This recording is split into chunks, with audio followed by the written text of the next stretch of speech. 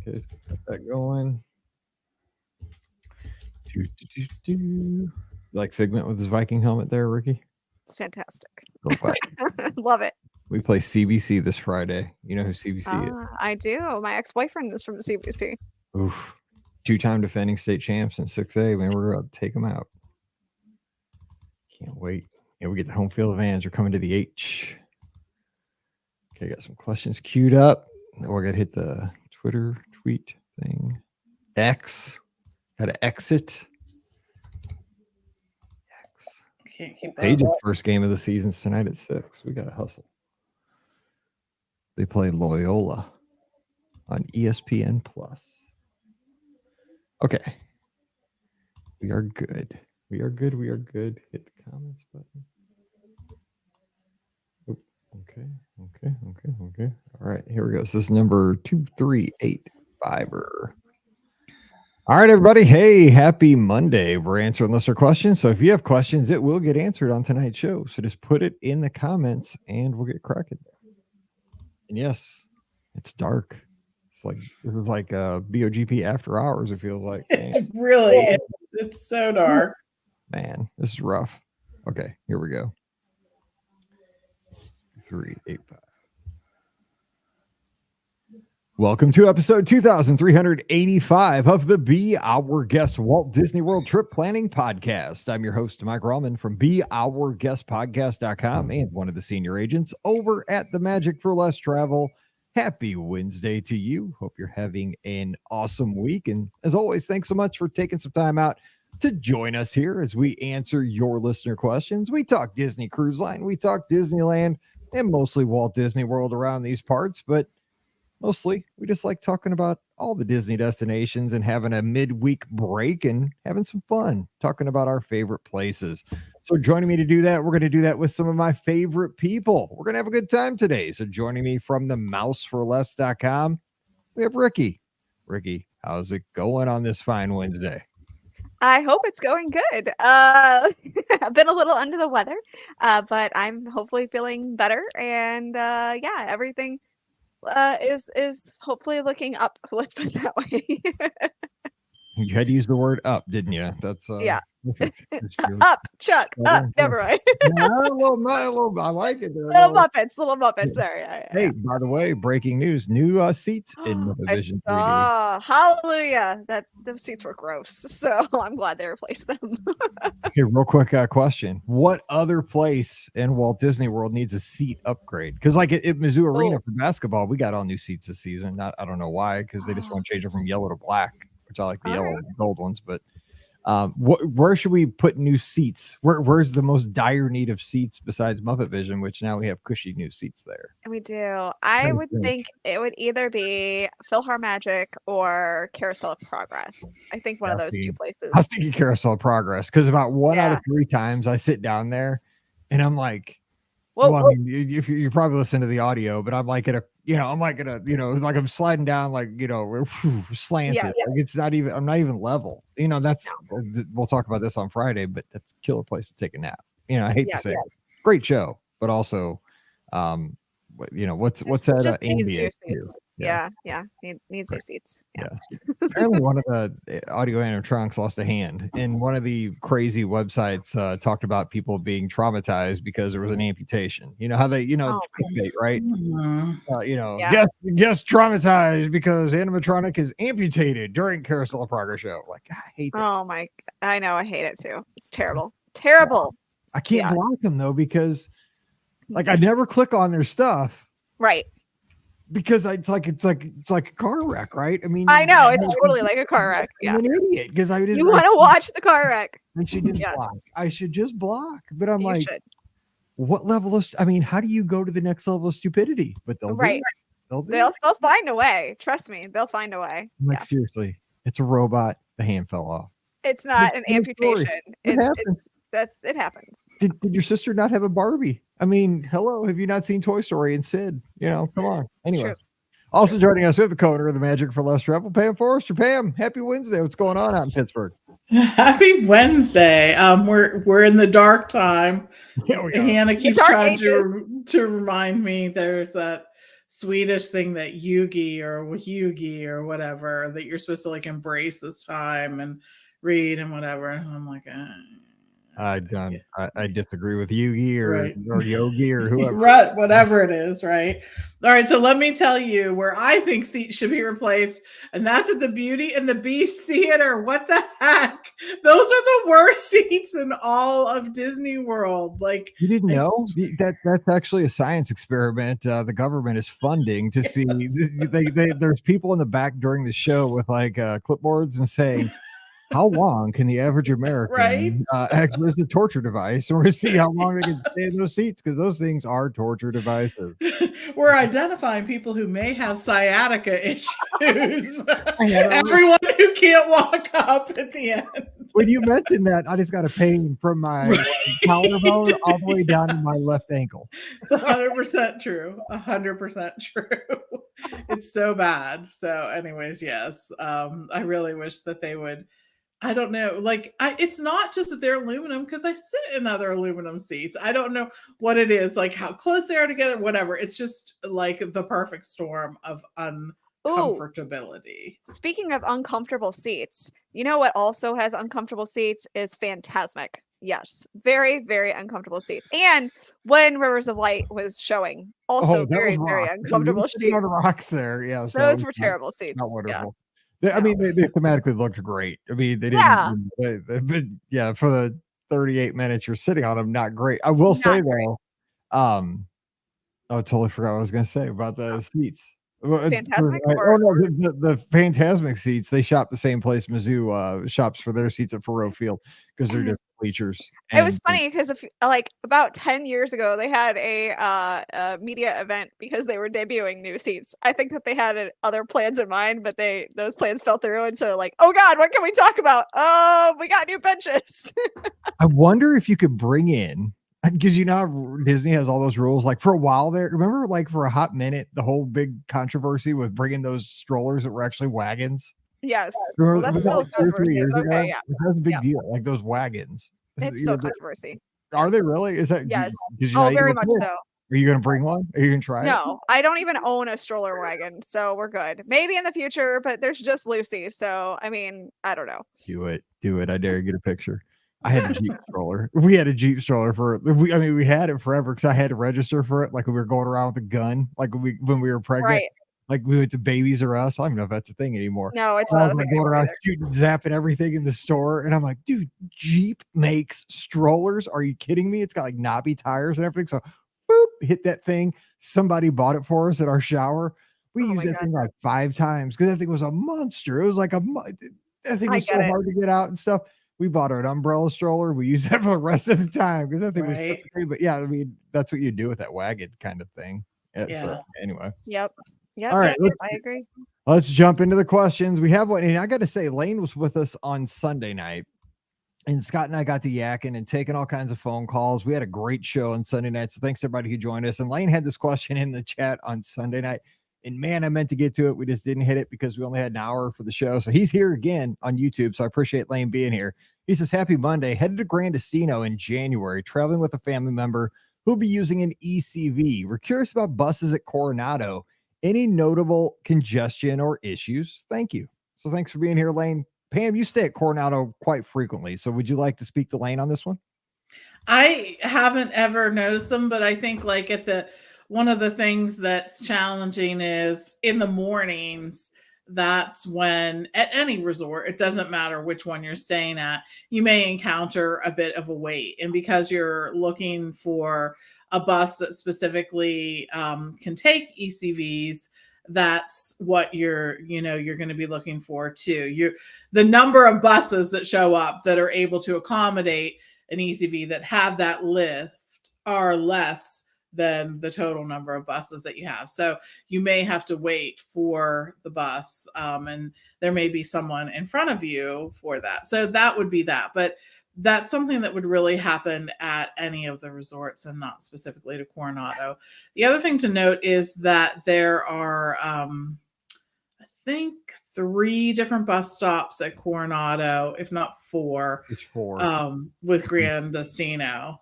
And so look and see which stop you will be at. And at times, if that's not one of the first stops to pick up, you may actually be better walking and going over to one of the stops that is the first one to pick up. And that I actually don't know which one it is at Grandestino, which stop that is, because they have changed this 2 or 3 times. And so just check to see what stop you'll be at Grandestino.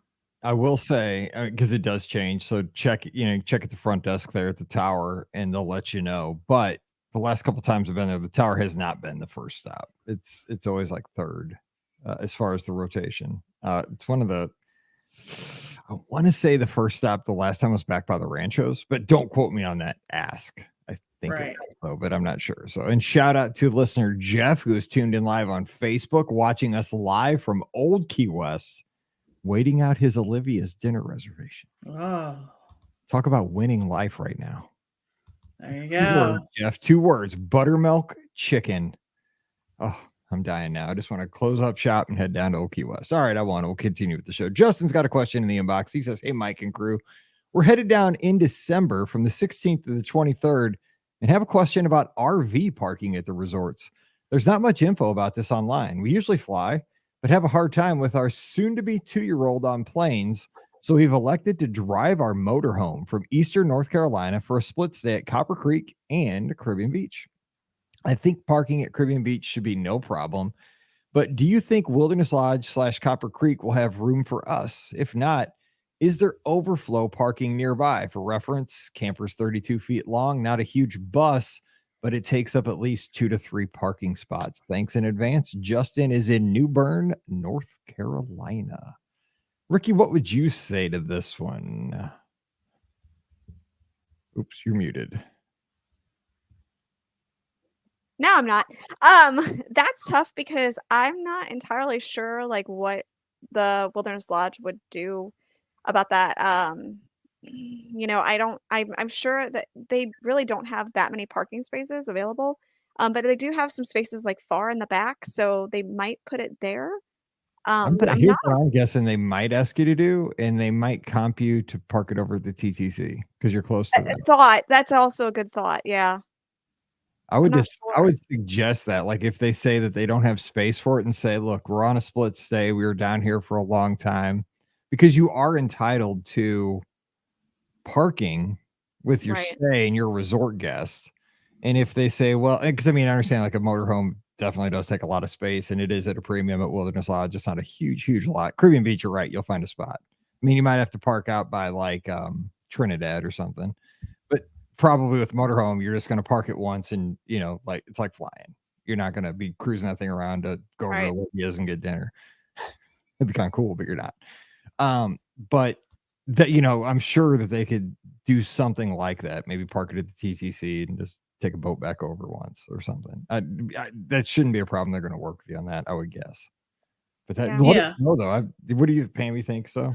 I think stop by the front desk. You're going to want to have the conversation with them. And I imagine, like, you could call Disney and get an answer from them, but it's going to depend on so many things. The time of year, how busy their parking lot is, how busy they're expected to be. Disney resorts operate on a very high percentage of occupancy. So they're going to be able to help you figure out what to do. If you want to call just to feel safe that you can bring it, that's fine. But when you get there, the front desk cast is who you're going to want to work with at that point, and they'll help you out. Yep. And even the guy that does guard check too, probably kind of be your first point of contact, to kind of get you where you need to go. All right, here's one of our listeners who went on the podcast cruise with us, Bev, with her family. She sent me this message a couple of days ago, and I said, it was real quick. And I said, I got to share this on the podcast because I thought this was such a nice little nugget about the difference between a Walt Disney World vacation and a Disney cruise vacation. And I'll tell you that I've been helping a lot of guests this past week with Disney cruises because those early 2025 cruises were released. And so we're helping first early in last week, we were doing platinums and we were doing pearls and we were doing golds and silvers. Now everybody can book 2025 cruises. It's awesome. You can book the Treasure. You can go to Lighthouse Point. Some of the itineraries go to both. That's pretty sweet. Yes. You can go out of Lauderdale now. You can go out of Canaveral. Now you got the You got the train that'll shoot you down to Miami. I mean, there's so many new options, and it's kind of funny, just kind of, inside baseball here for those that are kind of curious. I've been talking with my friends at Disney Cruise Line, and they are my friends because I talk to them every day, probably more than my family. And so I talked to Star and Juanita and, Frankie and all these people. And for the first time, like, we're getting confused, like, where the ships are, because Yeah, right. because usually it was like, okay, it's fancy, it's out of Port Canaveral, like that's a given. The dream for a long time, Port Canaveral. The magic would be Mediterranean. Like certain times here, the wonder is always Alaska. Like in the summer. It's like you didn't have to think about it. Now we're like, oh, good Lord, like for 2025, where's the dream? And what the magic's in Miami now? That right? We're like having to think all of a sudden. We're trying to we're playing like Where's Waldo with where these ships are now for early 2025, which is kind of fun because it gives so much variety in not only destinations, but you can take, if you want to sail a classic ship, which those things offer a very different experience, not better, not worse, a different experience being on a classic ship like the Magic or the Wonder. We talked about the Aqua Dunk, as opposed to like the Aqua Mouse, the Aqua Duck, more intimate sailing, not as many people, not as hectic, as maybe a dream or a fantasy cruise, but it Pam, that's one of the things I noticed this week was talking with, the DCL agents, is that the variety is really there now. Cause now you have 2 islands, another home port out of Lauderdale, you have some ships still going out of New Orleans for a little bit. I mean, it's really like, where's Waldo with these ships right now? It really is. And I think the offerings in so many ways, I think why Disney Cruise Line and other cruise lines in particular have become so popular lately is first the ease of vacation, Mike, which you sort of said in the beginning, right? It's there's no theme park reservations, there's no dining in 60 days, all the things that are sort of pain points for vacation are just not there with a cruise. But then just the number of offerings that they have, there's literally something that appeals to everyone, be it you want to do the latest and greatest and see Lighthouse Point and all of that, or there's a Marvel cruise, or you like smaller ships, or you like larger ships, or you want to be in the Caribbean, or you want to go to Alaska. Christmas on a ship, like I had a guest. Yes. I had a guest just last week, one of my, frequent guests of the Magic for Less, God bless her. She's like, we just found out we have nothing going over. Our plans got changed this year. I'm off work over Christmas week. Boom. They're celebrating Christmas on the Dream. I mean, just booked it, like, boom, got a guaranteed restricted fare. Boom. Christmas at sea. How get much better than that? How cool is that? I love that. I mean, because it is. God, I want to do that so bad. And there are still really good rates. Not only at the end of this year, not particularly for the holidays, but then the beginning of next year, before you go into spring break time, that's actually a slower time for a cruise, and there's some decent prices on some of those sailings. So, anyways, yeah, it's a good time to cruise. Always. Here's what Bev says. Bev says, while I freeze because the temperature dropped in Atlanta, this was 3 days ago, so I guess it's rebounded here. It was cold. It was cold. Okay, so she says, I'm meditating on the great benefits of Disney Cruise Line over Walt Disney World. For a mom with a teen, the ship forces the teen to hang out with us. They cannot run away. We're in the middle of the ocean. Sure, they can meet other kids or drop in to see a show, but DCL is uniquely family-oriented in accepting of children's energy and the perennial look of parental fatigue, and is just a focused floating island of opportunity to connect with your kid. Wow, I like that. That was good. Yeah. Like, 2 sentences. I'm like, Bev, can I share that on the show, please? I know, right? Bev, we want to put that on the Disney Cruise Line page. Yeah, right? I mean, because it really is. I mean, the kids can go to Edge and Vibe and really meet kids. That is one of the great opportunities, I think, for kids on a Disney cruise, is that you really have the opportunity to meet kids literally from anywhere on the planet. You might you might make really good friends with somebody from the UK or Canada, or the Netherlands. Who knows where the other kids will be from, and the friendships get made really quickly on the Disney Cruise Line. However, it's just so chill. Like, kids just kind of pull their guard down because they're not on their social media all the time. Dinners, you can actually have conversations. You go to shows. I don't know, like you had the beach days and all that kind of stuff. It's everybody seems to enjoy family time on a cruise. I've noticed that because I mean I've had 2 teen girls and we've had the best times on cruises. And teen girls kind of shut, kind of put up a wall, at home, but they kind of let you in on a cruise. Yeah, I think that's one of the best things about travel is you can focus on the people that you're with and doing those kind of things. So, All right, Michelle has a question here. Now, this one's here. Okay, pay attention. All right, this one came in here. It says that weird gray area between 2 and 3. Okay, we're talking ages here. Hello, friends. She says, as I consider you all. Thank you. We consider Michelle a friend. Husband and I are taking our 3 kiddos. They're 8, 6, and 2, along with some extended family this May. Yay. We were going to wait until our youngest was a little bit older, but we wanted to go before the grandparents are too much older. Funny how it's easier to travel when the kids are older, but not when your parents are. She says, anyway, I get it. Anyways, my daughter, who will turn 3 in about 2 weeks after we get home, is very tall. She's in the 99th percentile and is often mistaken for at least 4. She's still free by Disney's age standards, but she doesn't look it. I know it's crazy to even say it, but I'm considering buying her a ticket anyways to avoid the negativity I fear we might get. She's 2, but looks 4. What might we experience at the gates? Do I need to have some proof of age? I guess I'm just fearful of ending up on some social media site with people slamming us. Is this crazy? Okay, she has one other question. I hate to hear this. Mm-hmm. You know what I'm saying? Like, this is one of those things like, okay, I don't want to get canceled, but like, keep your nose out everybody else's business. You know what I'm saying? Like, I mean, there are tall people. I'm a tall person. My daughter, Mallory is tall. You know what I'm saying? Like, she was a tall kid too. But I know, because people, the thing is, here's the deal. The few bad eggs ruin it for everybody because somebody's trying to truck in a 7-year-old under a stroller. You know what I'm saying? Like, that's Right. why this stuff that's why poor Michelle has to ask this question. So I guess it's what would you do? I don't know.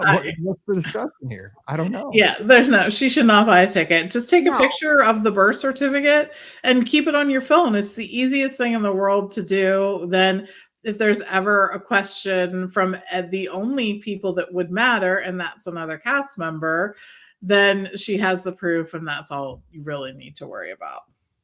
Is that what you do? And a lot of times, yeah, absolutely. I mean, Lucy will always be small. I'm certain. She's tiny now, and I have a feeling, she's got me as a mom, so she's probably not going to get the height factor. 99th percentile. Yeah, she hit that. No way.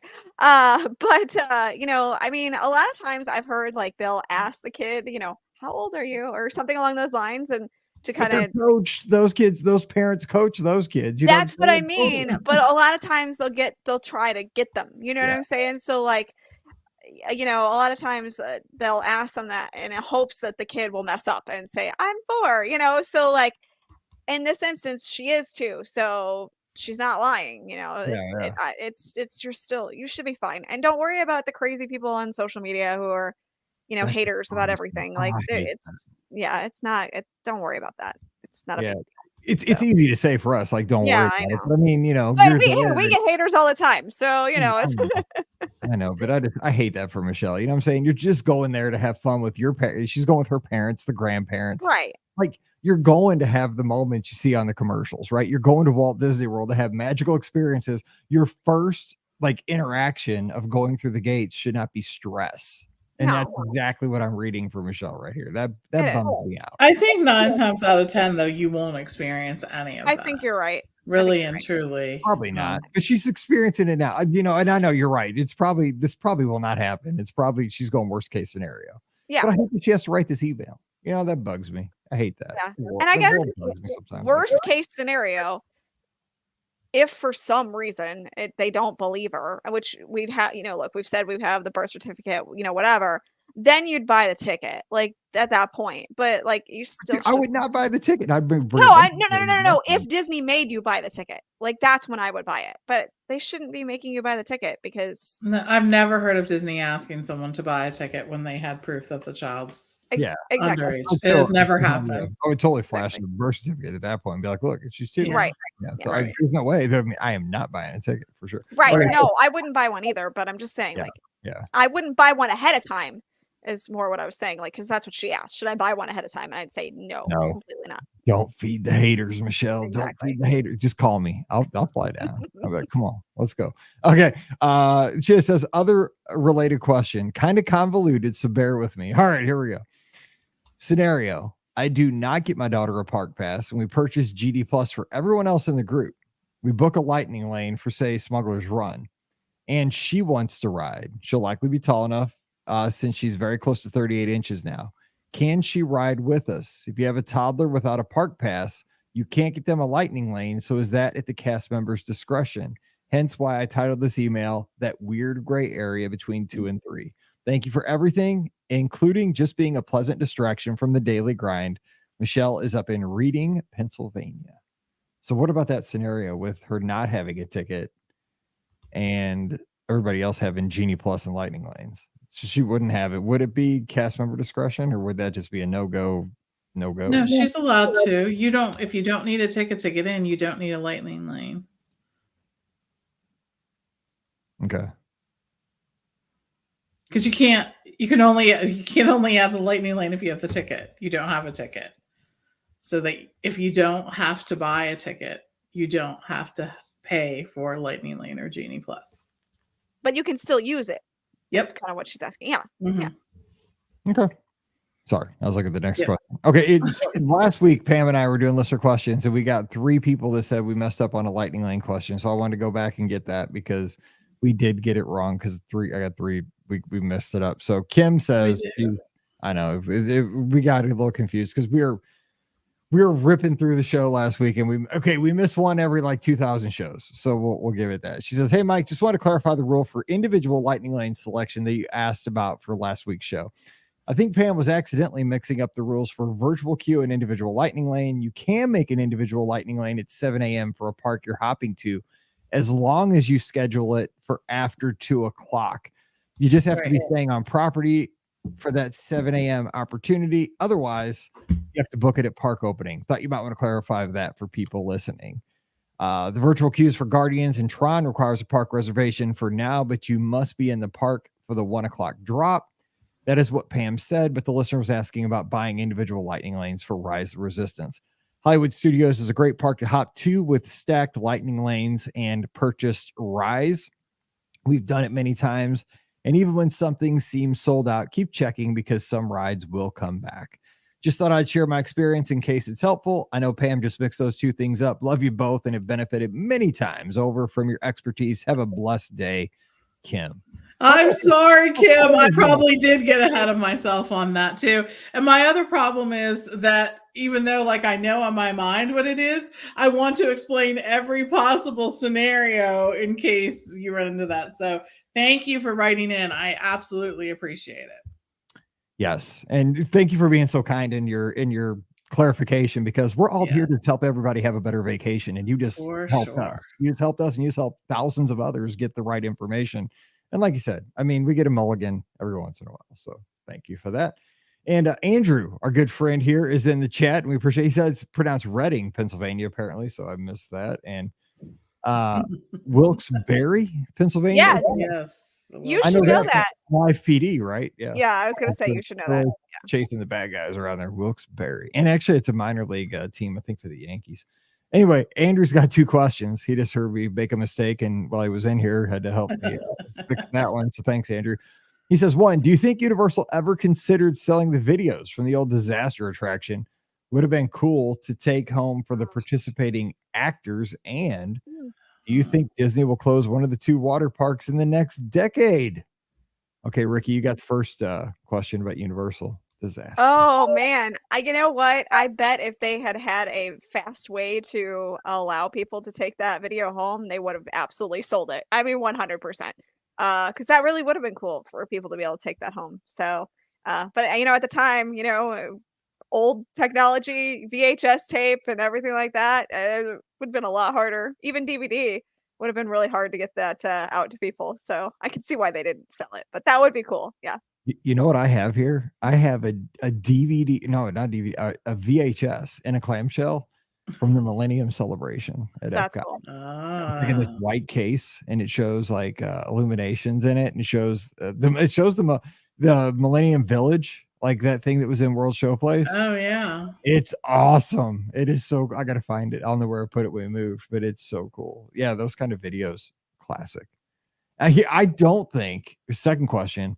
I don't think in the next decade, in the next 10 years, either Blizzard Beach or Typhoon Lagoon will close because of how they're alternating them. I think that's I think that's definitely keeping their shelf life a lot longer because actually they're only running about, half time each. You know what I'm saying? Like they're like down for half. I think they should both be running most of the time concurrently, but that's just me. From a parks out, I don't know. Maybe they're not getting enough throughput. Pam, what do you think? I can't see it either. For the reason that you mentioned, and just each park has, of course, its fans. There are some who really prefer, Blizzard Beach, and some who really prefer Typhoon Lagoon. So, I think that we'll see them open for a while. Volcano Bay, though, still tops, right? Oh, hands down. It's pretty sweet. Yeah. I mean, I'm not a Universal guy, and that park was unreal. That was so cool. It really was. It was. I mean, we did have a cabana and everything. We did it the right way with the tapu and all that stuff. So, boom. Mm-hmm. That's what it's called, right? The little wristband. Tapu. Good job. I don't remember that from 2018, man. I don't know. Good job. Yeah, look at that. What's that commercial for that little pill you take when you get old that keeps your brain going? I see all the time on TV. Prevagen. I see that commercial all the time. Hysterical. Like old people, like that are former authors. Like, I have grandkids and used to write books, and I'm a substitute school teacher. You know why? Because I take Prevagen. Maybe I just watch different shows than you guys. I think you watch the more classic shows. I watch the ones that are the 1 foot in the grave shows. Yeah. Okay, anyway, Julie's got a question. Hey, Mike, glad my email made it through to you. I'll stick to just using. Okay, let's see. She says, this is my friend Julie from Scotland.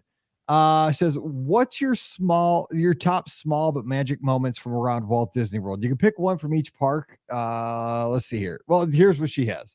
So in the Magic Kingdom, her small moments are listening to the pianist outside Casey's Corner, the Dapper Dans on Main Street. These are such good examples of something that Disney doesn't need to do, but does, and it elevates the experience 100%.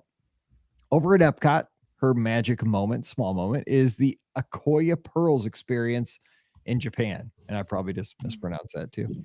I did this for the first time in July and loved it. It was such a unique Epcot style experience and special memory, and only about $20, unless you also buy jewelry to set your pearl in. So is that the Pick a Pearl that's in the Mitsukoshi store?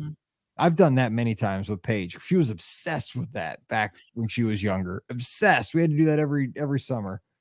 I like though that they make it a show, right? It's not just about buying a pearl. Yeah, like it's almost like a shell game. They pick it, and then it's like I play the drums, like woo, and then they crack the shell. It's a big deal. It is. It's awesome. It makes you think you're like winning the shell game. Hollywood Studios hands down the character walkabouts in Galaxy's Edge. Seeing Chewie and Rey hiding behind a wall to avoid stormtroopers makes the land feel so real. It's even better than a proper character meet, in my opinion. I like that, Julie, but Ronto wrap. Breakfast Ronto wrap would have been the right choice in that one. Animal Kingdom. I love and still can't believe the level of detail on the Tree of Life. I think its artistry and intricacy sometimes gets overlooked, but it's truly amazing and so very Disney. Resorts, Disney Studios, toasting marshmallows around the fire with cast members and fellow guests. It's free. It's so fun. Kids just love it. And it's such a nice way to strike up conversation with others. There's no doubt that Disney becomes more expensive and difficult to attain each year, and there are some Disney decisions that I can't understand and would change, but there are still so many touches that stop me in my tracks on each trip and make me think, this is so worth it. Long may that continue. Take care, Julie in Scotland. So what say you, Ricky, to that? Do you have anything? I mean, you don't have to go like park by park, but I think she really kind of nailed those things that, kind of, we've used this term for 20, 30 years, the Disney difference, right? Those things. Yeah. This is why I come back. Yeah, so actually two things I can think of, and they're both at Disney's Animal Kingdom. One is Divine, who, if you don't know who she is, she's this beautiful walk around character. She's all painted in green, she's on stilts, and she kind of hides in the greenery. And sometimes you really have to look to find her. And she's absolutely gorgeous. The way she moves, she's so subtle about everything. So you could literally walk right past and have no idea that there's a person standing right there. So that's really cool. But then the other thing that's maybe not so hidden, but still really neat that they do is they have a walk around Kevin. Which, I mean, hello, how cool is that? Like, you can see and meet Kevin from up. I mean, that's just the coolest thing ever. So where else are they going to have a walk around Kevin? So I'm here for it. I'm here for it. The Big Bird. If you don't know, No, who wrong park. That's a different park. Big Bird's at a different park. That's true. But Kevin Yes. is Big Bird, Kevin is a big bird. but Yes. not Big Bird. Not the big bird. Yes. Yes. but a big bird. Yes, Correct. blue, not yellow. Okay, Not yellow. that's good. Now He's we got gotta yellow, move or she's got on. yellow in her, but not fully yellow. Yeah. You see, that's confusing because a girl named Kevin that messes me up too every time. Like, there's all kinds of confusing. Like, because I mean, you can't really tell like if a bird's a girl or a boy. You know what I'm saying? She's Like a to look at girl. a bird, I can't tell. She's a girl. It doesn't mean, but it is a girl. Yes, named Kevin. Yes. All right. So Pam, what about what say you to Julie's small moments at Walt Disney World? I think there are so many. The one that comes to mind, first of all, is the every day by the pools, that the activities group rolls in, and they do activities for kids by the pool for hours and hours on end. I mean, I'm always surprised that they're doing that still. Not, for any other reason that it's a pool. Like, most kids are pretty happy that they're in the pool, but they of course plus it in a different way. I also think too, the zhuzhing that they have done to so many of the Disney resort rooms in the last 2 to 3 years is overwhelming. It really is. Like, it's a whole initiative. And I know that it sort of is a little thing when you think about it, what it all is in scope to Disney. It's a huge thing, but it's incredible to me that they've chosen to do that. So, I agree. There's sometimes when I hear the things that guests are unhappy with Disney, I think that you have to, comparing it to its past is not necessarily fair. I think comparing it to the other field of choices in similar situations, I think that's more fair, especially with what the travel industry has been through in the not so distant past. So. Yeah, I was just thinking about that last night. Actually, I was thinking about, remember when we were like looking at graduated resort reopening dates? Like, okay, when does it come back online? Or, like, when does the NBA get out of the bubble so we can get back in yacht? I was like, God, that wasn't that long ago. Yeah, we've come a long way, baby. I know. It really is. Forever, but it really wasn't. And let's God help us that never happens again. Right. Oh my God, I don't want to ever do that. So Julie, thanks for that email. All right, last question of the day comes from Caitlin, who's tuned in live on Facebook, and shout out to Dennis MIZ down in Texas. Says, hey everyone, we'll be taking our daughter for her first trip next year and have 2 questions. Have fun. Would you go in the end of September for her first birthday, or hold out until December for cooler weather? And 2, Coronado Tower Room or French Quarter? The tower is appealing for interior doorways, but only one bus at French Quarter for those late nights is tempting too. Thanks, y'all. Also, beignets, by the way, at French Quarter. Don't forget that. Beignets. Yay. Man, dude, I'm trying to think. I don't even know where to go with this one. Okay, first of all, let's answer. Man, why is she giving us hard questions right at the end of the show? That's right. That hurts. My brain's like, oh, I'm confused. Okay, so let's go around the horn. First birthday at the end of September, or hold out to December for cool weather. Plus, you get the holiday decorations in December. Don't forget that. Rikki, what say you? I think I would. It depends on it's a first birthday, you said? Or just birthday? It's her First, first. I don't know what birthday it Okay. is. Okay. I was just gonna say. She's 17. Okay, got it. No, I don't guess know. I I guess don't know how she is. She could be I 15. know. I know. I got it. I guess probably the holiday season. So I guess probably December. It is a little bit more magical that time of year. Not that, the Halloween time isn't magical because you'll have Halloween in September. So, but I think you'll have just a little bit cooler weather, so that would be a little more delightful. So I think maybe December would be when I would choose. First I'm with birthday. you. Okay. I'm with you, Pam. Let's make it a clean sweep. Yeah, I would we choose did it. We December. did it. Woo, all the way. Yeah. Now they're saying it's the first birthday though, so if the birthday is in September, then I would probably pick September. But that's just The me. kid doesn't know. The kid doesn't know if it's a first No, I birthday. get They don't that. know. They can wait till December. Oh my gosh. Okay. You celebrate the first birthday in December. Have cake. Let the kid. It back home in September. You put him in this. You put him in the high chair. You give him that little cake. Dude, they just put it all over their body. They're just in their diaper naked and just like they destroy it. You take all the cute pictures and that's Mike just acts like that's not his Tuesday night, eating cake in a diaper. That'll be me like in 5 years. I can barely get up the stairs right now as it is. Don't laugh. Sorry. It'll take me 10 minutes to get out of the studio tonight to just get to Taco Bell. But no, December just has a lot of offerings, cooler weather. Yeah. Okay. Now Sophie's choice, man, because of beignets. But you're right. If you stay in the tower at Coronado, here's the one thing you got to think about. Like, if you want to go, like, say the weather is cooler or you have bad weather, you can go. I was thinking about this the other day. You can go get something to eat if you're staying in the tower without ever going outside. You can walk right down your elevator, go down your elevator, walk right over to El Mercado del Coronado. You never step foot in the elements if you're staying in the tower at Coronado. Now, if you're in the ranchos, good luck, brother. You got to take the bridges across to get something to eat. That's how it is at every other value or moderate. So that's an advantage in December if you get kind of sketchy weather. Pam, so where would you, and by the way, while this question came up, no kidding, our phones are always listening. I have that new feature on iOS 17 where it just does a photo shuffle. Picture of the tower at Coronado came up. That's too funny. I tried to answer this question for us, but I would go Coronado Tower. I absolutely would go Coronado Tower. I think it's just an elevated experience. I truly feel like the other moderates sort of pale in comparison when you look at everything that Coronado offers. And it's where, if I have the choice, to stay, if I'm staying at a moderate, that's probably where I'm going to stay 9 times out of 10. So you're going to make it unanimous, Rikki? Yeah, Coronado. Coronado. Even though they have beignets at the other one, I got to go Coronado as well. I think it's a clean sweep. Yeah. Just go over to get beignets. Yeah, it's on your Disney Say catch a boat down the Sassagoula, grab some beignets. Yes. And that's how you do. And Dennis agrees. So look at that. He's a smart man because he's a Mizzou guy. Says, love me some beignets, but Coronado has the best amenities. Absolutely. Totally right. Truth.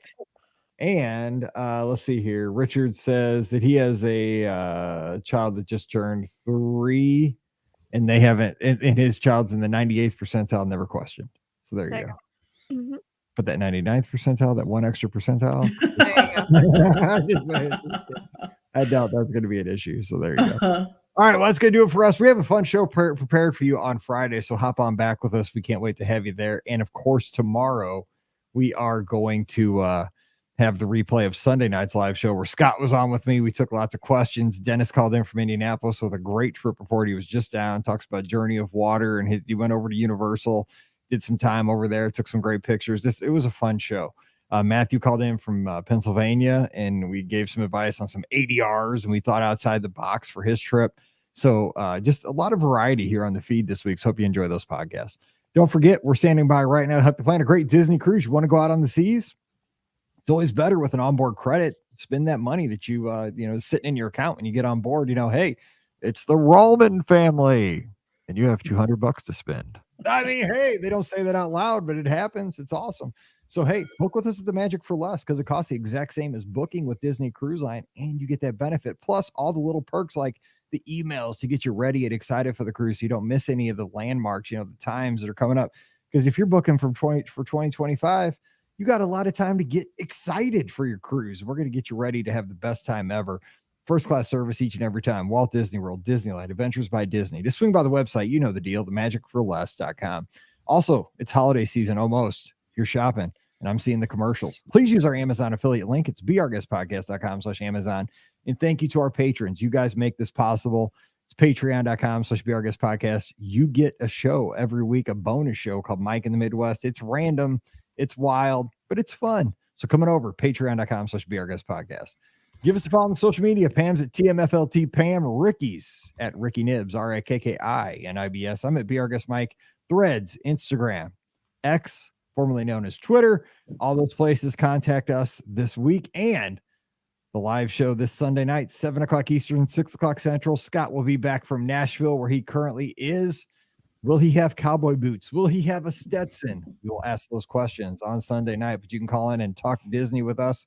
There's not a chance either one of those things will happen. I promise you. I'm not asking that question. So He will not have it. He is not a country guy. I promise you that. He's from Michigan. He is that will 100%. He will not have either one of those items. Unless he is. If he is, he's being held hostage. I'm just saying. Got it. That's one of those like indicators where like if you see him, you need to send in the troops. All right. So we'll be back together on Friday. So come on, join us. But until then, you guys stay safe, stay healthy, and we'll see you real soon. Save us. This thing while you're ready for our land and sea trip in less than 2 days. Oh my gosh. Oh my gosh. I couldn't read that until I was doing this. Oh I'm so jealous. Why is this? I got my caps lock on. Is everything reversed? 2, 3, 8. Edited. 3. All right.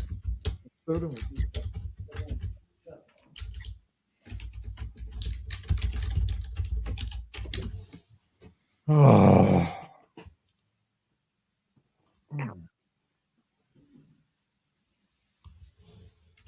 Take that bottom thing off. All right, here we go.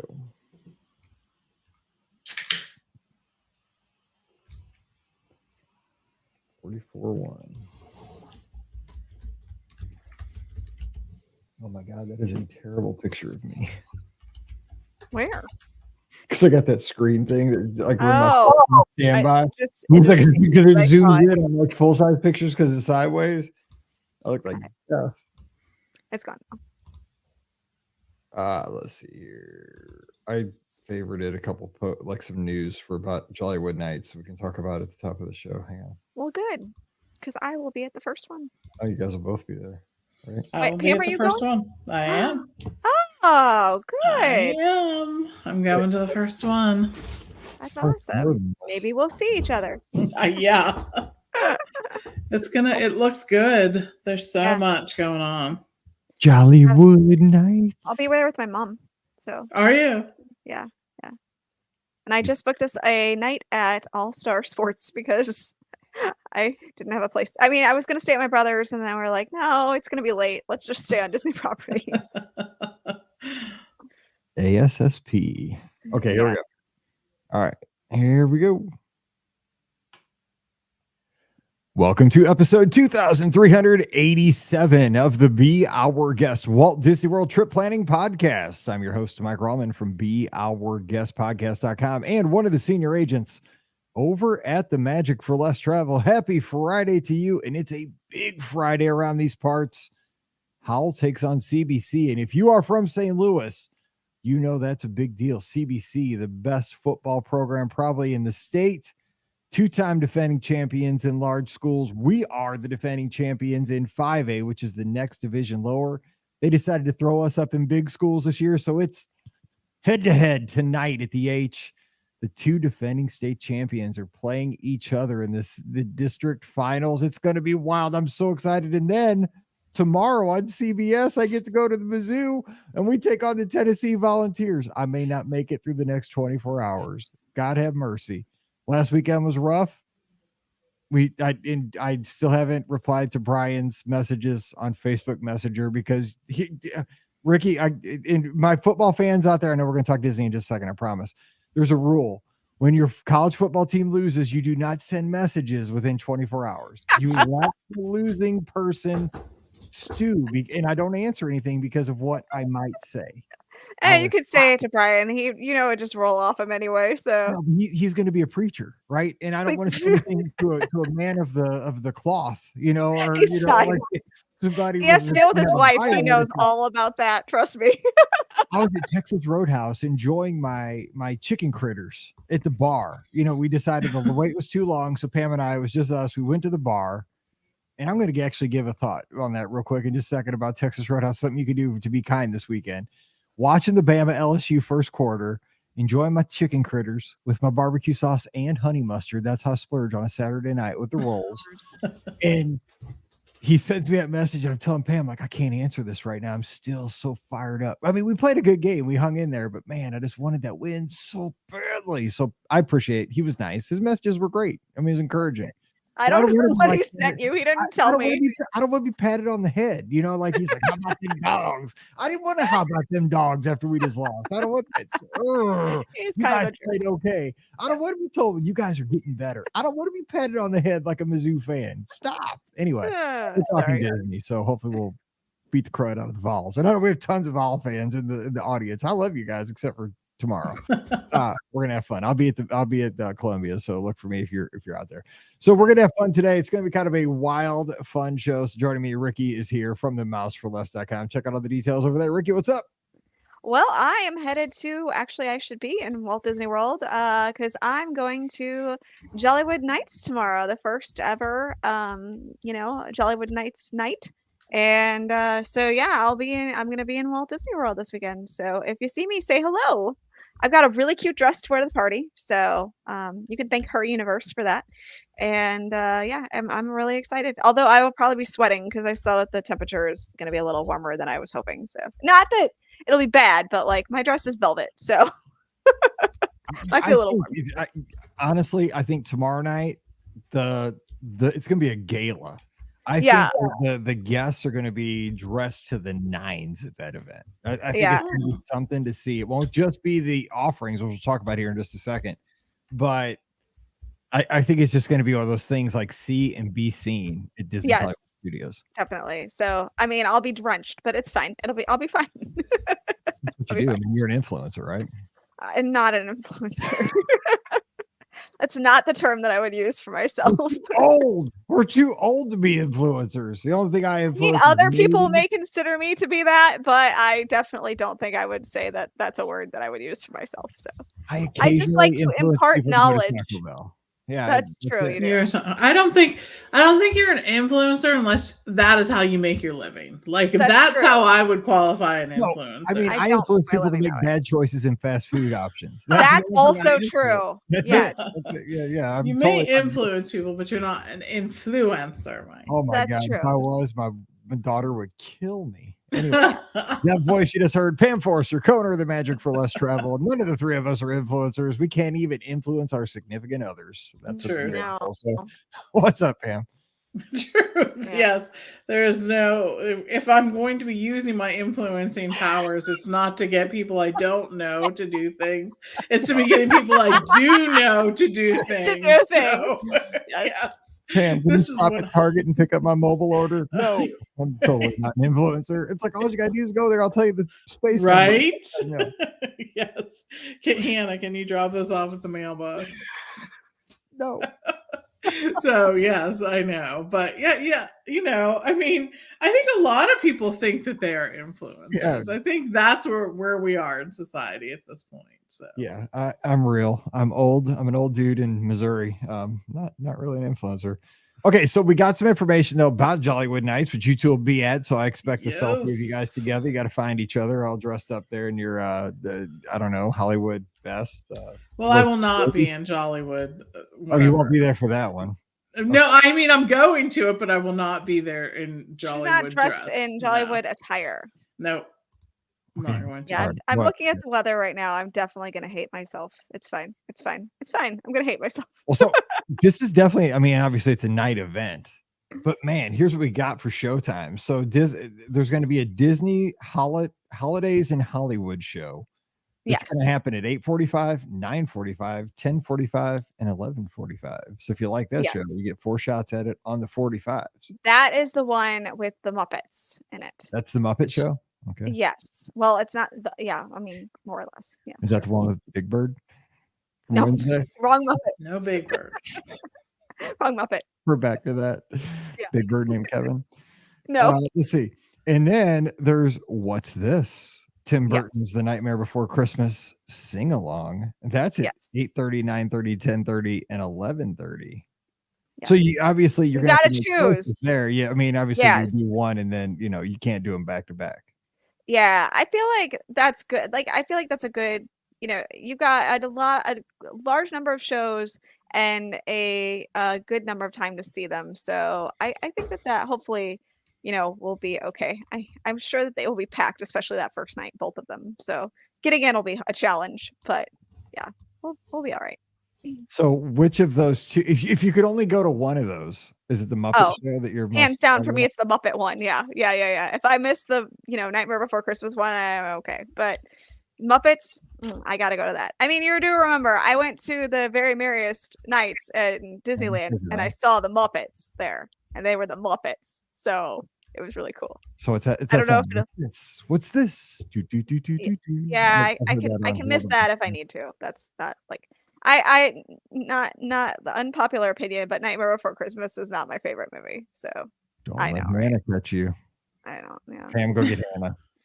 So, Pam, what about you? Those two shows, what are you most excited about? Like, which one are you going to try to go to first? If you had going on this schedule, like, what would your plan be? I think Muppets would be that. I'm interested to see the other one too. It seems like there's going to be so many things I want to do that there's not enough time to do them all. That's really. true. That's true. Because then you've got the Tip Top Lounge, which you have to get virtual, a walk up ADR for basically, and then you've got the other lounge, the Hollywood Brown Derby, which also needs the walk up ADR, and you've got to get on the list. So that's going to be a challenge, and people aren't just going to like have a drink or enjoy the appetizer quickly and Right. go. They're gonna stay there and enjoy their time. So that's going to be a challenge for sure. I think to fit those things in. So They're going to have like a time limit, though, like probably like Oga's, right? They're going to boot you out after 45 minutes, I'm sure. I don't they know. don't That's a good say. question. Yeah, not as of right now, but you never know. On the night of, they may decide, hey, we got to get people out of here. We got to get them moving. So I we'll would see. imagine they're going to kick people out after a certain amount of time because, Yeah. I mean, they do it at Oga's. And then finally, the big show, Jingle Bell, Jingle. Bam! Damn. There we go. We haven't had it in a few years. It's back, baby. 12:30. One show. Yes, in it England. closes out the night, baby. So yeah, I can guarantee that. Well, it is very late. I am surprised that it's the last thing that they're doing. I thought for sure that they'd have it a little bit earlier, because like they do for Mickey's Very Merry, they usually have the fireworks a little bit earlier. But this is not an event that's seemingly geared toward children. That's kind of been what they've put out there, so that's probably why they have it at a later time for the fireworks. So whereas with Mickey's Very Merry Christmas Party, that's geared more as a family event, I feel like, is as Disney has tried to sell it. So I guess that's why they have it at 12:30. They're hoping us old people can stay up so late. So what time? The party ends at 1, right? Well, it ends at 12:30. Oh, it ends at 12:30. So what? Yeah. It starts at 8 is the time on the hard ticket? 8:30. 8:30. 8:30 to 12:30. Yeah. Okay, so real quick, let's address this for people that are doing this party. I think it's offered like 10 times this season, 8, 10, something like that ish. Mhm. Around that. Yeah, something like that. Yeah. Okay, so but let's break it down real quick because this isn't really the topic of the show, but it's kind of topical here for today's show since it starts tonight or tomorrow night. Tomorrow night. Friday, Tomorrow. Saturday.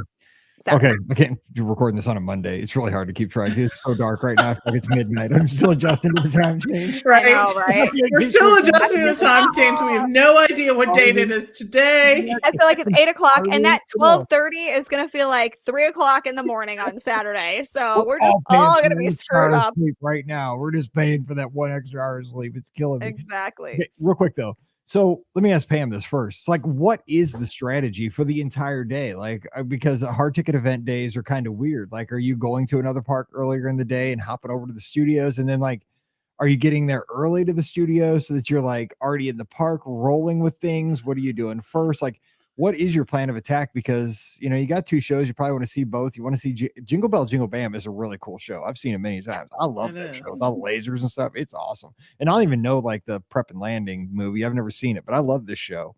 So what is your kind of plan of attack for this party? So to sort of add like another factor into this whole thing, I fly in early that day. And when I say Oh. early, I mean early, like really Uh-oh. early. So I have no You idea are in what my plan. trouble. I think I'm gonna want to nap at some point so Good that I idea. can make I would it say so, until yeah. 1 or at least some pool time or something so that I have some point in time to relax. I may try to be in the park before it closes to avoid what might be like a long line to get in or whatnot. You know, you can go in as early as 7 o'clock on your ticket, and there actually are 10 different nights it's offered. 3 of them are sold out, but that means that there's a lot that are still available. I'm shocked So that there's not more of those me sold out too. right now, Me 'cause it too. really, I'm so tempted. I'm I not think a doing it. lot of people are waiting to see what happens with this first party, and then they'll pull the trigger, is really what I think is going to happen. It's gonna be epic. I mean, this is what honestly, this hard ticket event is what the studios like. This is what people scream for the studio. For one thing, the Christmas decorations on point. They're so perfect, Mhm. and now they're taking it and make Yes. it experiential. I think is what I think. I don't know. I mean, It's true. And what was so funny is so as I'm getting ready to go down, we were playing some Christmas music and it was like from the 40s or the 50s. And as I was hearing it, I was like, all I want to do is go down to Disney World and spend time in Hollywood Studios at Yep. night. Like it's just the best. Mhm. It's so good. So you know, I think I'm really looking forward to the event. I'm really glad that there's something like this in Hollywood Studios. And I think it'll be there's just so many cool things to see and do. This Mhm. event I always like to attend the first year that they try something new because I think that oftentimes that's one of the best times to attend something like Mhm. this. And there will be Mhm. things that we see this year that you won't see in subsequent years if it's offered again. Absolutely. Mhm. So I haven't done a ton of research on this. The sing along, is that in the Beauty and the is one of them in the Beauty and the Beast theater? So the Muppet one is in the Beauty and the Beast theater, and then the other one is in the Frozen, the Hyperion theater.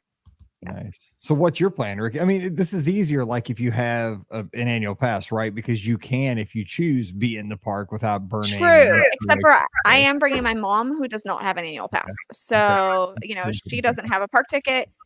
So she will be coming in at that 7 o'clock time period. So it'll definitely be interesting to see how the lines will be to get into the park for that. But yeah, my plan of attack is I know I want to see the show with the Muppets for sure. Like that's a must do. I want to try to get into one of the clubs. You know, I don't want to have like I don't want to plan too much because then I feel like I'll be disappointed if I don't get things done. So like I want to get like a good roundabout basic idea of kind of what's going on and then go from there. And anything else I can do, then that's extra. The rides are obviously not a priority for me. That's not what I'm going to this party for. There is so much unique food at this party. Like it's ridiculous. Like I've looked at the menus and seriously, even if you tried to eat something from every single booth, you would never be able to because there's just literally so much food at this that they've come up with. It really should just be the food and wine festival of the holidays because like I mean, with only 10 parties, I mean, in the cost of the party, I doubt many people are going to go to this party multiple times. I mean, right. You know, some locals maybe twice, but I mean, that's even stretching it. That's This stretching is it. a Yeah. one and done kind of thing. Oh, But I guess yeah. I'm good. Yeah, absolutely. So I'm gonna focus on that show, then the you know getting into one of the tip top, probably the tip top lounge. Let's be honest, I want to go to the Hollywood Tower of Terror one, and then I will probably then prioritize the Jack Skellington sing along. after that, and then grab food, that kind of thing, and just kind of go around and see what I can do. There are some characters there. Unless somebody just really meets my fancy, I don't really plan on standing in line for the characters very much. But I just plan on having a nice time and enjoying it and just soaking up the atmosphere. I think that that's going to be a big part of what this party is about the atmosphere. So that's what I'm excited about. I think it is too. I think it'll just be just a great vibe from the other guests. I mean, I think it's just going to be, I don't know. It's really hard to describe.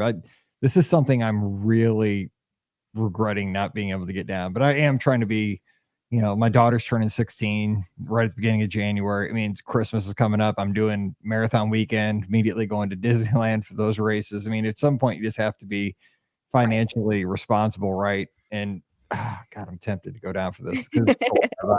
But sometimes you just have to say no. And so I really appreciate it, because I'm sure you'll post a lot of pictures, Pam will post a lot of pictures, and just be happy for those that get to experience it. And hopefully maybe next year it'll be in the cards. Next year, hopefully it will be. Yeah. This is so cool. I mean, I'm glad that they're doing this, because what they're doing is embracing kind of the theme of the theme park. You know what I'm saying? Yeah. Like this fits perfect to me. I mean, we'll see. I mean, I think it'll get great reviews. It might not. I mean, we're still talking about this before it's ever happened. It's true. And it's a no-brainer. I think they can't miss with this. The problem is Hollywood Studios has been known for not having the best parties. So sometimes, I think that that's also part of the hesitation for people of, I've heard, like that Villains event, like, a few years ago and stuff like that, those events definitely had some struggles. So sometimes I feel like people are a little more hesitant of going to Hollywood Studios for parties just because of that. But I'm excited to see what they end up doing. I don't think they're overextending it this year. I think that they've started kind of basic, and then if it is a success, they will build up from here. So, or at least that's my hope. It'll be cool. Yeah, it'll be cool. So that's kind of what's happening there. Also, one other thing I have a worry. I just read this on Twitter like an hour ago, and I'm not even into the whole financial deal with Disney, but I saw that Disney announced a new CFO today as of recording day, and it's a guy that was part of Pepsi. That's true. Dude, don't play with me, man. They need to stay a Coke company. Don't play. If they just switch over from Pepsi or Coke to Pepsi, I might not sleep tonight, for real. Oh my gosh. I think you're going to be okay. He doesn't work for Pepsi anymore. I know, but I mean, what if he gets his propaganda in there and gets rid of my Coke Zero? I'm going to have issues with that guy. I mean, come on now. Okay. I'm just, I think it'll be fine. There's people out there right now not sleeping. Okay. Yeah, so let's get into just a fun topic we wanted to address, because today I spent too much time on social media, but I saw a tweet and somebody was asking this question. I was like, it's kind of a weird question, but that's what Twitter is. They're like, I'm going to Walt Disney World, but it's vacation and I want to take a book with me. I want to read a book in a theme park. Where is the best place for me to enjoy a book in a theme park at Walt Disney World? I'm thinking, well, that's an interesting question, because not many people are going to pay park admission to go read a book. I would assume they'd have an annual pass. Maybe they're an annual pass holder. Or, and here's the thing. Why am I being a Judge Judy here, right? You know what I'm saying? Like, if that's what makes you happy, that's what makes you happy. Go read the book, So I was wondering, okay, well, if that's the case, what would I offer advice? So let's start off with that one. If you were going to answer this question for that person, and they're a bibliophile, look at that, I'm going to throw that in. There you go. Boom. Used to be a teacher. Where would you tell them? Because they want to soak in the ambiance, but still be able to relax with their favorite book. Pam, where would you do that? Because you said you would do it by the pool, which is I would.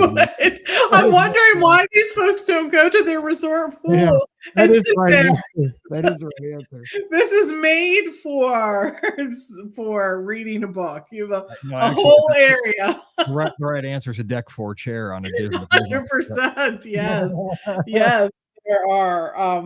But so if I was forced to think about this and go into a theme park somewhere, I think where I would go is in Hollywood Studios. As you walk down towards the Chinese Theater, there are some very nice benches on either side of the sort of walkway there that I think are just, it's nice. I like the soundtrack from Hollywood Studios, so that would be good. It's right there on the main drag, so I get to see a lot of people coming in and out of the theme parks, see people on their best behavior, see people on some questionable behavior. That's how it always sort of goes, right, when you're on vacation. But yeah, I think that's where right? I think that's where I would head to. That's a good spot. Okay. Rikki, where are you going to go with your book? I am going to that little alcove in Magic Kingdom on Main Street, USA, where the art festival is. I think that's a really great spot. I mean, grab you're at the Magic Kingdom, so you might as well grab some ice cream or a treat of some sort. Sit down at the table and just enjoy your book. There's Starbucks right there. You could grab a coffee if you wanted that, and just enjoy your book and read at the table. And the sad part is there's not that many tables, so people kind of like those tables. But if you just there's actually, I think, there's some benches over there too, on the other side if you just wanted to get out of the way. But that's where I would go to read a book. I like it. My suggestion is kind of with yours, to get a snack, because at this counter service restaurant, the meals are not very large for somebody like me. So they're basically snacks. And it is the Japan restaurant in Epcot, the counter service. Go get a little shogun platter or whatever it is, because a little rice and some, teriyaki chicken or something. Get it. Bring your book, get a little table up there, because you got the flowing stream. You're away from the action, but you can still hear the drummers. You can still hear if there's a concert going on down the American Gardens Theater. You can hear that, and you can kind of overlook World Show Place or the World Showcase Promenade there. So you're still kind of in the middle of the chaos, but you're far enough away that it is kind of zen. It is kind of peaceful, but by buying your little platter there and your soda, you're entitled to a seat. So sit there as long as you want. Just slowly eat it up. That's where I go with the book.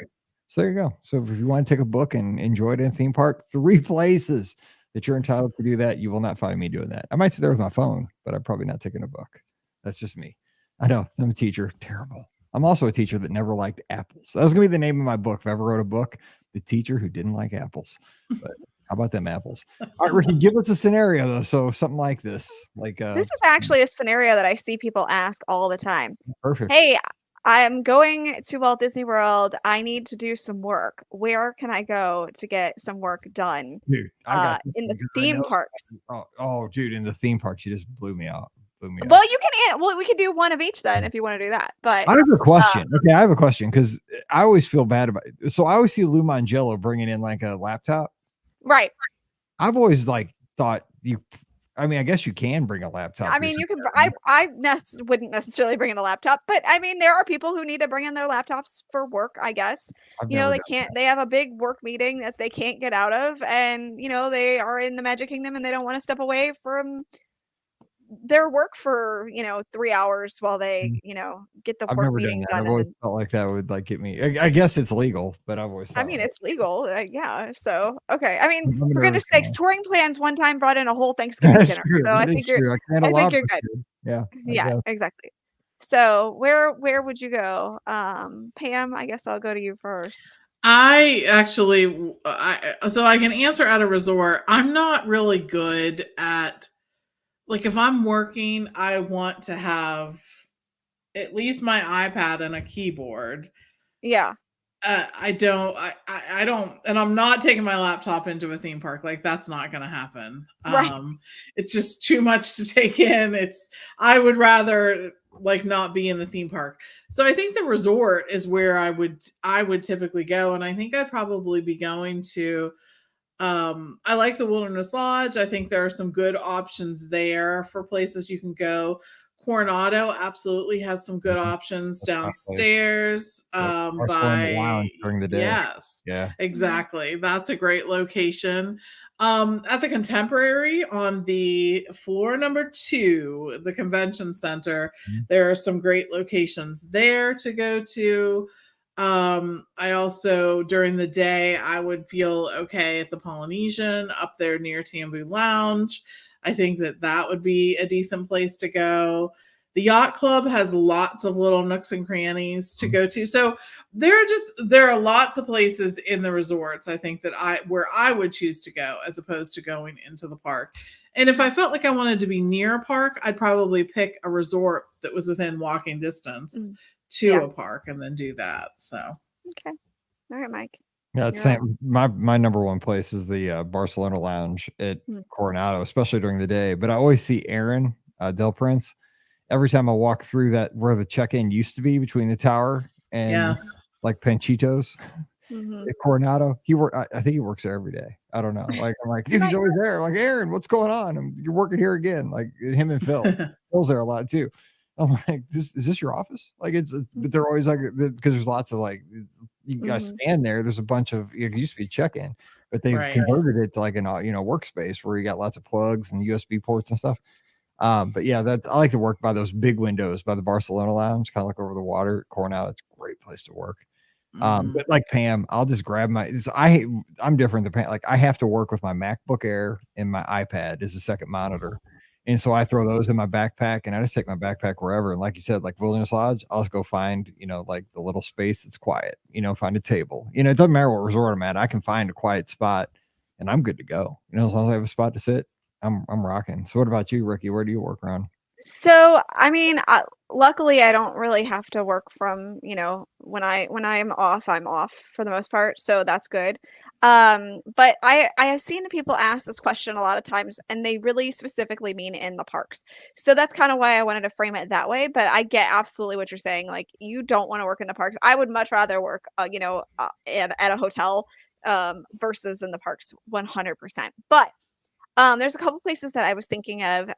There's a place in Disney's Animal Kingdom. It's looking at the backside of the Tree of Life. There's some tables. I think there's like a snack stand or something right around there. And so grab yourself a snack and sit at one of those tables. And I think that would be a really good place to kind of work. Mike said, the Kessler Grill up, in Japan. I know that that's a really popular place for people who, are working to go to. But then another place that I thought of recently is the Tortuga Tavern area at the Magic Kingdom. There's a bunch of tables there. Now, Tortuga Tavern is open daily, by the way, in case you didn't know. It is open, and we actually just ate there a couple of weeks ago and had a really decent meal. I very much enjoyed my sandwich. But it's not that crowded there because most people don't realize that Tortuga Tavern is even open. So you can sit there, again, grab a snack or a drink or something like that, and then just enjoy, working there. So those are like a few places in the parks that I was thinking could maybe work for people. Another place along those lines of Magic Kingdom might be the Tomorrowland Terrace. You know what I'm saying? Because like if you tuck back in that people back in that corner, people might not even know that's an option. That's true. Is that open during the day though? I guess it is open during the day. They close it off at some point for the fireworks dessert parties. Yeah, but during the day you can get in those seats. Yeah, I think it is open during the day. Right. I mean, I've seen people go up there. That's a good spot. You would be really like a baller move would be set up a shop up on top of the Swiss Family Treehouse. Well, yeah. Like jump the gate and like getting one of the beds. Just let people walk around you. Exactly. Like, look at this guy, man. He's like, that's the top of the tree. That doesn't seem authentic. Like, I don't think they had computers back then. Yeah. But can you see it? Like people are walking through and be like, hey, would you mind running down and get me a Coke Zero and run it back up here from the cart down there? That's so great. You'd totally be on that side I mentioned on Wednesday. Okay, so Pam, give us another scenario, like just something around Walt Disney World or Disneyland. Gosh. Well, I had one real quick. Okay. So, best steak. Where are you going to go to get the best steak? Walt Disney World, Disneyland, anywhere on either one of the coasts. Where are you getting the best steak? If somebody asked you that. I know where I used to say, but I don't think they have it anymore, actually. So I would have used to say that steak at breakfast at Topolino's Terrace. Dude, that was a baller steak, man. I'm telling you, but I think they took it off the menu, and that makes me very sad because that was so good. Honestly, that was the best steak I think I've ever had in my entire life. So that makes me sad that it's not there. Well, see, I'm the same way. My favorite, because I'm not looking for like, this is my favorite, like, because I'm a Texas Roadhouse guy. Like I know I'm not Ruth Chris, like I like what I like. I'm Mike in the Midwest. I'm not Mike in Beverly Hills. And I know that, and I'm comfortable with my skin. But here's the deal. Man, they used to have that teriyaki steak over at Kona. That's true. I They know, I did used to know have you're that. saying it right now. That little drizzle, that little piece of Yeah. pineapple on top sitting on the white rice. Oh, Lord have mercy, bring that back. That was That's my true. favorite. That They was don't have good. that anymore That's good. either. So now I still haven't No. gotten the answer. So Pam, Took off let all me the ask good Pam. steak. That's steak. I Where will you help going? you. Okay, help us out Yes. here. It's at Flying Fish. I I knew think that was that they coming, have yeah. one of the best steaks on property. They really do. It's something like whatever they coat the outside of that steak with, it's just really good. And actually, I don't even get the steak there because they have another dish that I like more, but Steve usually does. So we usually will swap. We'll swap a couple bites for that. But no, it's a really good steak. And I love the way that they really season that steak. It doesn't taste, I mean, it tastes like a really good steak. And there's something on it that like you go, I can't put my finger on that, what that is, but dang, it's really good. So yeah, really like the one at Flying Fish. The irony that you go to Flying Fish. Right? I know. My I know. mother-in-law swears that the best steaks that she has are at seafood restaurants. So yeah, it's a thing. It's funny because I think most people like end up, there's always like someone in your party who's like, I don't like to eat fish. And then so they have to have whole something family. for them. It's my entire right? family, right? It's you just named Paige. I know, right? Pam. Right. That's why I only get seafood basically on a cruise. When like just get your seafood now because it's Right.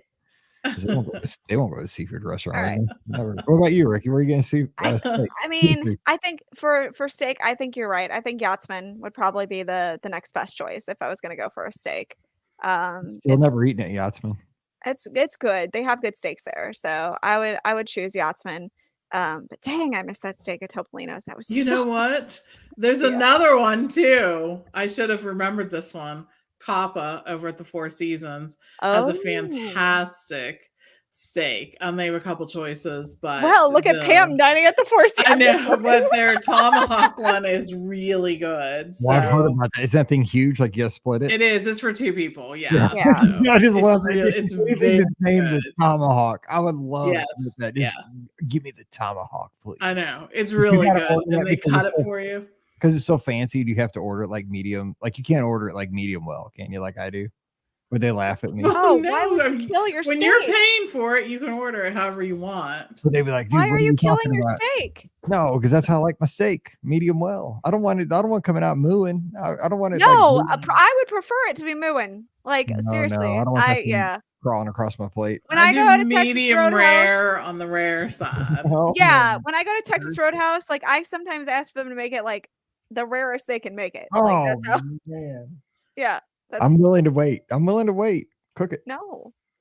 No, yeah. If I'm eating at some place that doesn't have good steak, I'm going to ask them to almost do it raw. I'm just gonna say as rare as possible. I'm with Pam. You got to make it as rare as possible. Because they're going to cook it too much. And I'm the adventurous one in our couple because I get it medium well.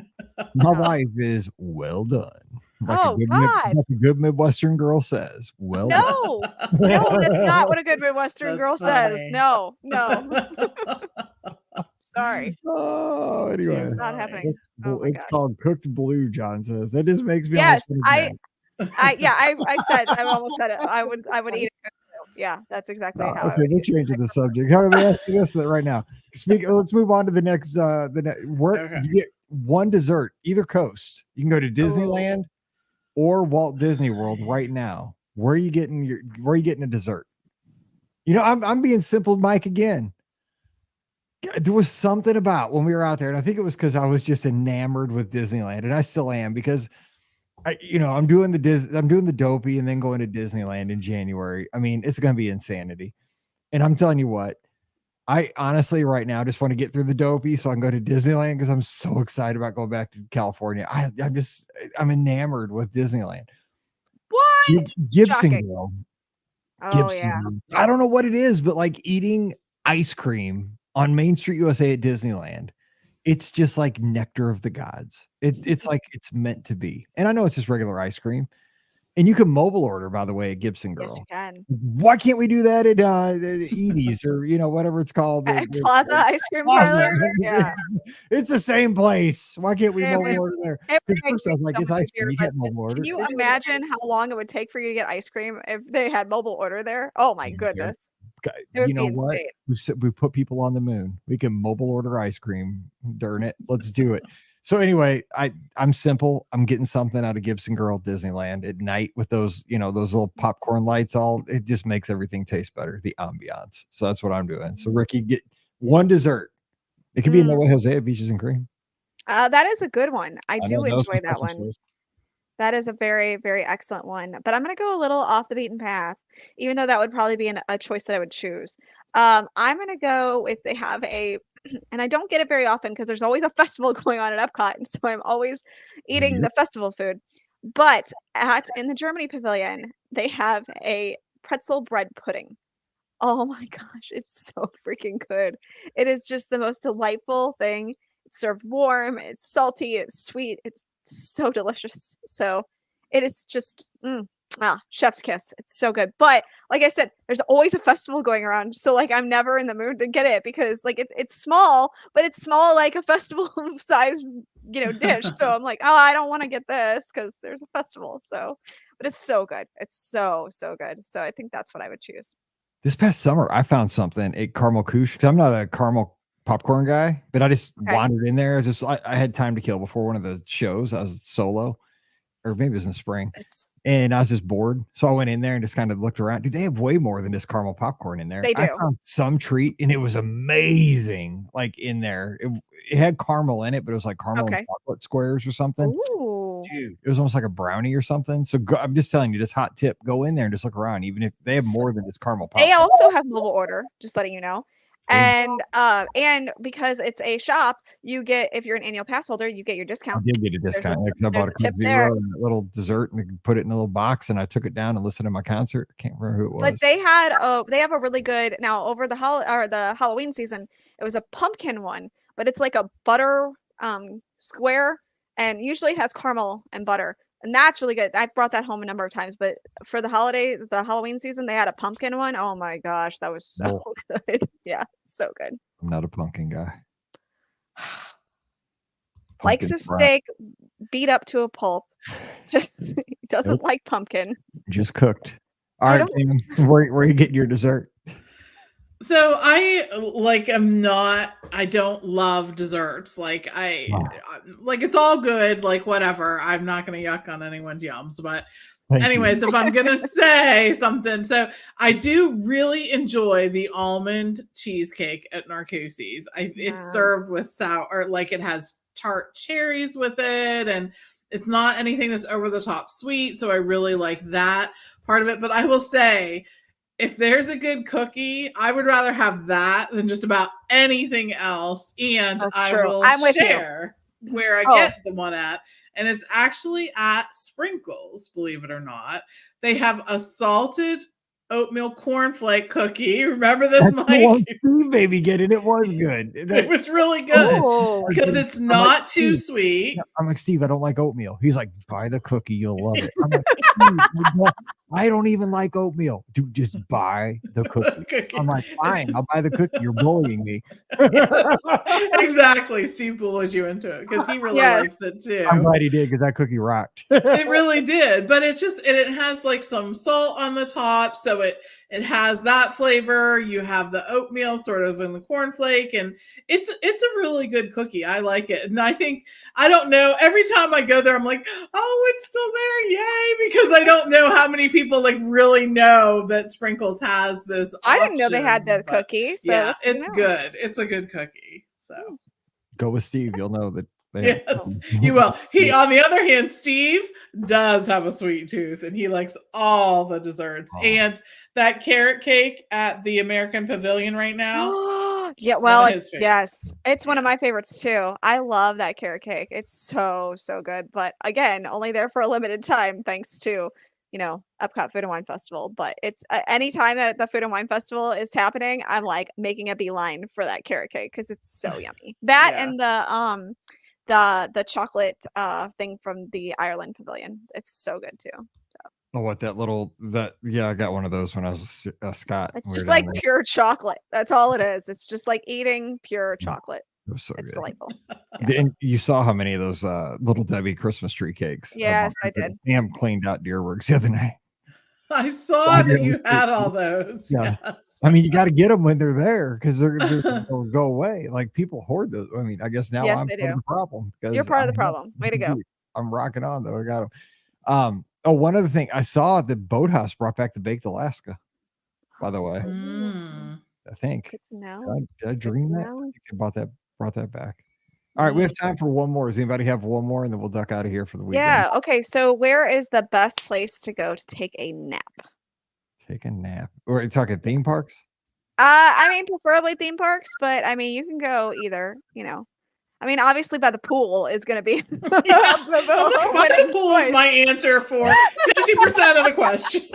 You can read like 2 paragraphs of your book and be like, right, exactly. Times it was.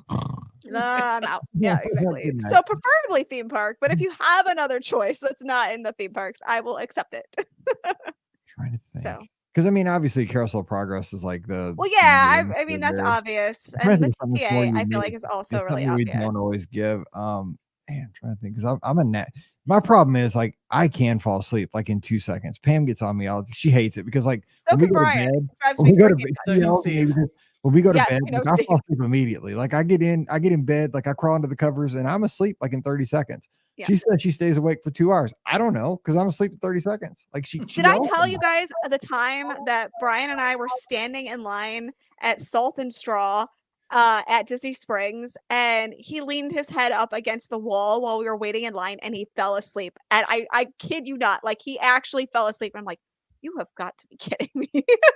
I can fall asleep standing up too when I'm tired. I've done that. It's a skill.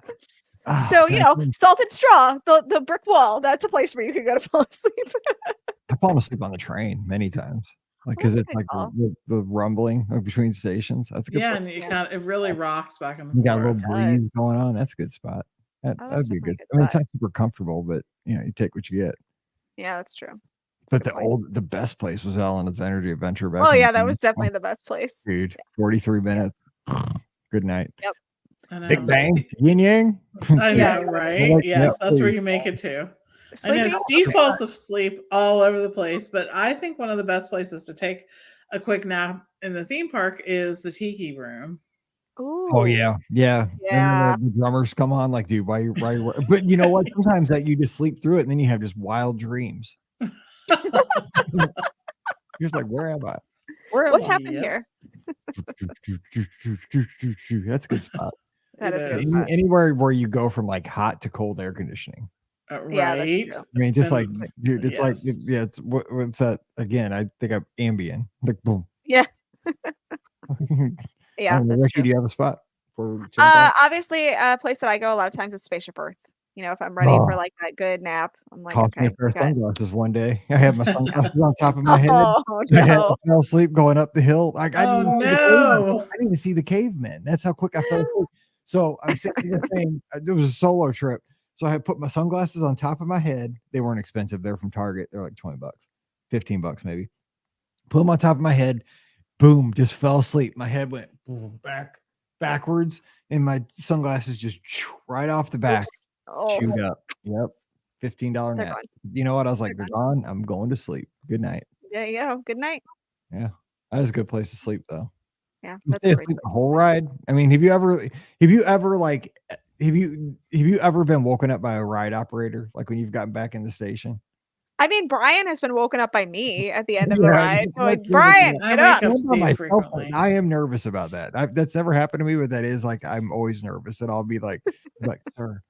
Like you're back in the station at Spaceship Earth, like, sir, you got to get especially if you're alone. Yeah, I know. That's because like sometimes I do ride those rides by myself, and that does. It's fun. I'm sure it's happened before. Oh, I'm certain it happened all the time. They take a picture of me. You know, I don't know. Yeah. Look at this loser. He fell asleep. I know. That's only happened because I can sleep. I'm like, sir, you got slobber going down your cheek. Did you have a good dream? How were the finishes? They're rating your sleep right with numbers. We have rooms at All Star Sports starting at $129 a night. You can get a room. No. Yep. Anyway, so we're just kind of trying to have some fun today, spark some memories. So that's not a groundbreaking show today. But if you're going to Jollywood Nights this weekend, let us know. Can't wait. So you guys have fun. I'm excited for you. Thank Both. you. It'll be Yes, exciting. It will. Yes. It'll be a new adventure. It is certainly a new adventure because nobody knows anything about it. So if you see Bob Seger, tell him we said hello. Ricky doesn't get the reference. You don't get it? No. Bob Seger and the Silver Bullet Band? Hollywood Nights? No. Oh my gosh, I'm so old. Go on Apple Music and type in Bob Seger. You know what? I'm good. Okay. Good. I don't need to. I'm fine. Anyway, we're getting out of here and wishing you a great weekend for everybody else that is not going to Jollywood Nights like me. But if you are, have fun. Our show always brought to you by the Magic for Less Travel. Check them out. We are standing by all weekend long to help you plan a great Walt Disney World, Disneyland, Disney Cruise Line, or Adventures by Disney trip. All the details right there on the website. Just swing by themagicforless.com. The quote form is right there. Fill that out. Takes you just like 2 minutes. Just put in as many details as you have. Mention the show and you and I'll be working together. And I promise I'll get you a great deal, the best deal out there. Cost you nothing extra to get our first class service. So again, check them out today over at themagicforless.com. Please also use our Amazon affiliate link. It's beourguestpodcast.com/Amazon. That really does help us out with everything we do throughout the year. And it really helps us during this holiday season. So again, beourguestpodcast.com/Amazon. And thank you to our patrons. You guys make the show possible. It's really because of your support we get to do all this fun stuff, especially the video. So again, patreon.com/beourguestpodcast, and you'll get that bonus show called Mike in the Midwest every week. So come on over. Give us a follow on the social media. It's a good weekend to follow the ladies. They'll be down at Walt Disney World doing the Jollywood Nights thing. Ricky's at Ricky Nibs, RIKKINIBS. Pam's at TMFLT Pam on Instagram, Twitter, and Threads. And I'm at Be Our Guest Mike. And Scott and I'll be getting together Sunday night, 7 o'clock Eastern, 6 o'clock Central on Facebook, YouTube, Twitter, and Twitch, taking your calls for the BOGP open line. So as always, lots going on here with the Be Our Guest podcast. We appreciate your support so much. If you have time this weekend, a 5-star review wherever you grab the show would be awesome. We appreciate everybody who has left a review. Thank you so much for that. And if you have the time, please, this weekend, thank you. If you could drop a line, we'd appreciate that so much. All right, we're going to jump out of here and wish you a great weekend. So whatever you do, have fun. And unless you're a Vols fan, I hope your football team wins. And we'll go back to rooting for the Vols again after Saturday. So again, stay safe, stay healthy, and we'll see you real soon. All righty. Good stuff. Boom. Yay. All right. All right. So you guys, so Pam, you're gone next. What about you? I am gone next. I'll be here. I come back on Sunday. Okay. Cool. Yeah. All right. Well, have fun, you two. I'll be barring any gastrointestinal problems. I'll be back on. I'll be back on Monday. All right. Thanks for hanging in there. All right, cool. See you guys. See ya. Bye. See you guys. Bye.